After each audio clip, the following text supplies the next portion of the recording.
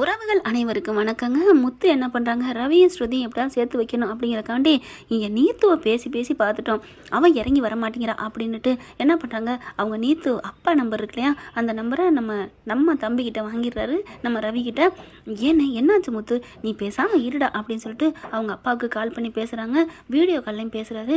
நடந்தது பூரா ஒன்று விடாமல் சொல்ல, அடி பாவி மகளே, இப்படி அவன் நடந்துட்டுருக்கா, புள்ள நல்ல புள்ள, சுதந்திரமாக விட்டால் நல்லா இருப்பா, நல்லா அவள் பிஸ்னஸ் சொல்கிறாளே, இந்த காலத்து பொண்ணுங்க மாதிரி இல்லையேன்னு நினச்சா இப்படி ஆக்கிட்டு இருக்காளா? ஐயோ சார், உங்கள் பொண்ணு ரொம்ப தப்பானவங்களாம் இல்லை, இன்னொரு வரைக்கும் நல்லா தான் இருந்தாங்க, என்னமோ தெரியல, என்னமோ அவங்க மனசுக்குள்ள ஆசை வந்துருச்சு.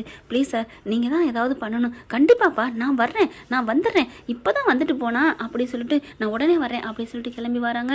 கிளம்பி வந்து நீத்து சும்மா லெஃப்ட் ரைட்டு விடுறாருங்க. அப்பா அது வந்து உங்களுக்கு எப்படி தெரியும், என்ன தெரியுமா, நானும் பார்த்தேனே செல்லில், தூ அசிங்கமா இல்லை, வெக்கமா இல்லை, இல்லைப்பா என்னன்னு இல்லைப்பா, அடுத்தவன் பொண்டாட்டி இந்த மாதிரி ஆசைப்படுறேன்னு சொல்கிறது பாவம் தெரியுமா, அந்த பொண்ணோட வயிற்றுச்சல் உன்னை சும்மா விடுமா, 7 ஜென்மத்துக்கும் எந்த கோயிலில் போய் அடிச்சு விழுந்தாலும் இன்னொருத்தி புருஷனை ஆசைப்பட்டு அவள் வாழ்க்கையை கெடுக்க நினச்சா அந்த பாவம் நமக்கு போகவே போகாது. நீத்து என்ன நினச்சிட்டு இருக்கா அப்படின்னு கத்துறாங்க.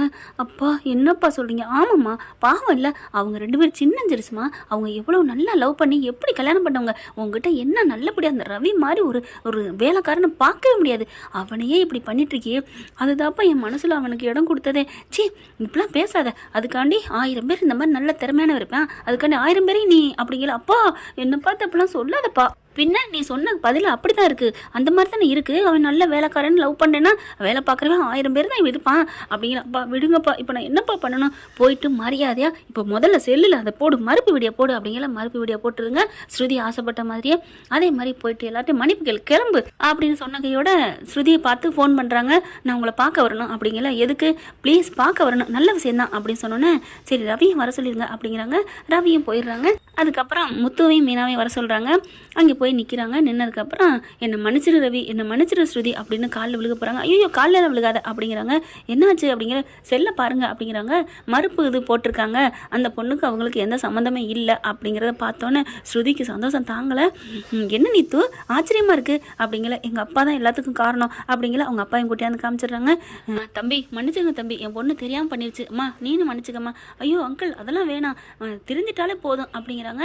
அதுக்கப்புறம் எப்படி திருந்தினீங்க, உங்களுக்கு எப்படி தெரியும், அதுக்கு எல்லாம் காரணம் இந்த முத்து தான், அவருக்கு தான் நீங்கள் வாழ்த்து சொல்லணும், நன்றி சொல்லணும் அப்படின்னு சொன்ன ஸ்ருதி அப்படியே முத்து பக்கம் திரும்புது. எப்படி முத்து அப்படின்னு கேட்கலாம். இது எனக்கெல்லாம் நீ நன்றி சொல்லாத, எதுவும் சொல்கிறாந்தா உன் அக்கா மீனாவுக்கு தான் சொல்லணும். என்ன முத்து சொல்றீங்க? ஆமாம், அவள் தான் எனக்கு இப்படி ஐடியா சொன்னான், அதுக்கப்புறம் தான் நான் நம்பரை வாங்கி நான் சாருக்கு அடித்தேன். டேய் அதுக்கு தான் நம்பர் வாங்கினியா அப்படின்னு ரவி சொல்ல, பின்ன நான் என்ன எஸ்எம்எஸ்ல ஐ லவ் யூ சொல்கிறாக்கா வாங்கினேன் டே அப்படின்னு சொல்கிறாங்க. உடனே மீனா பார்க்குறாங்க. அப்படின்னு முறைக்க, அம்மா அவர் ஆம்பளம்மா, வயசான ஆம்பளம்மா, நீ என்ன நீ ஒரு ஆணுக்கு ஆணு கூட இப்படிலாம் பார்க்குற, பாத்தியா ஸ்ருதி எப்படிலாம் பேசுகிறதா, பின்ன பெண்கள்லாம் அப்படித்தான், நம்ம புரிச்சா நமக்கு தானே எல்லாரும் நினைக்கத்தானே செய்வாங்க, நீங்கள் மட்டும் விட்டுருவீங்களா என்ன, நாங்கள் இன்னொரு பேசினா ஐயோ அப்படின்னு சொல்லிட்டு, ஏன் மீனா யார்கிட்ட பேசினா நான் சந்தேகப்பட மாட்டேனே அப்படி ரவியை பார்க்குறாங்க. என்ன ரவி போடா, நான் கூட பேச மாட்டேன். ஏன் ஸ்ருதி என்னாச்சு? ஆமாம் இப்போ முத்து பாத்தியா, என் பொண்டாட்டி நான் அப்படி சந்தேகப்பட மாட்டேன்னு டக்குன்னு சொன்னார்ல, ஆமாம் அது மாதிரி நீ ஏன் சொல்லலை? ஐயோ சொல்லணுமா, மக்குன்னு மண்டையில் கொட்டுறாங்க, சிரிக்கிறாங்க. முத்து சொல்லணும்டா அப்படின்ட்டு, எல்லாரும் சொல்லேன்டா, என்னது என் மனசில் தெரியும் என் ஸ்ருதி தங்கம்னு, நான் இதில் சொல்லித்தான் ஆகணுமா? பூக்கடைக்கு எதுக்கு விளம்பரம், அந்த வாசனையே தெரியுமே. ஐயோ பழகுறலே உன்னை பூன்னு மணக்கிற பூன்னு சொல்லிட்டேன் என் தம்பி, இதை விட என்ன அப்படிங்கிற, போங்க முத்து அப்படின்னு வந்து ரவியை கட்டிக்கிறாங்க. அதுக்கப்புறம் நீத்து எல்லாரும் விடைபெற்று போகிறாங்க.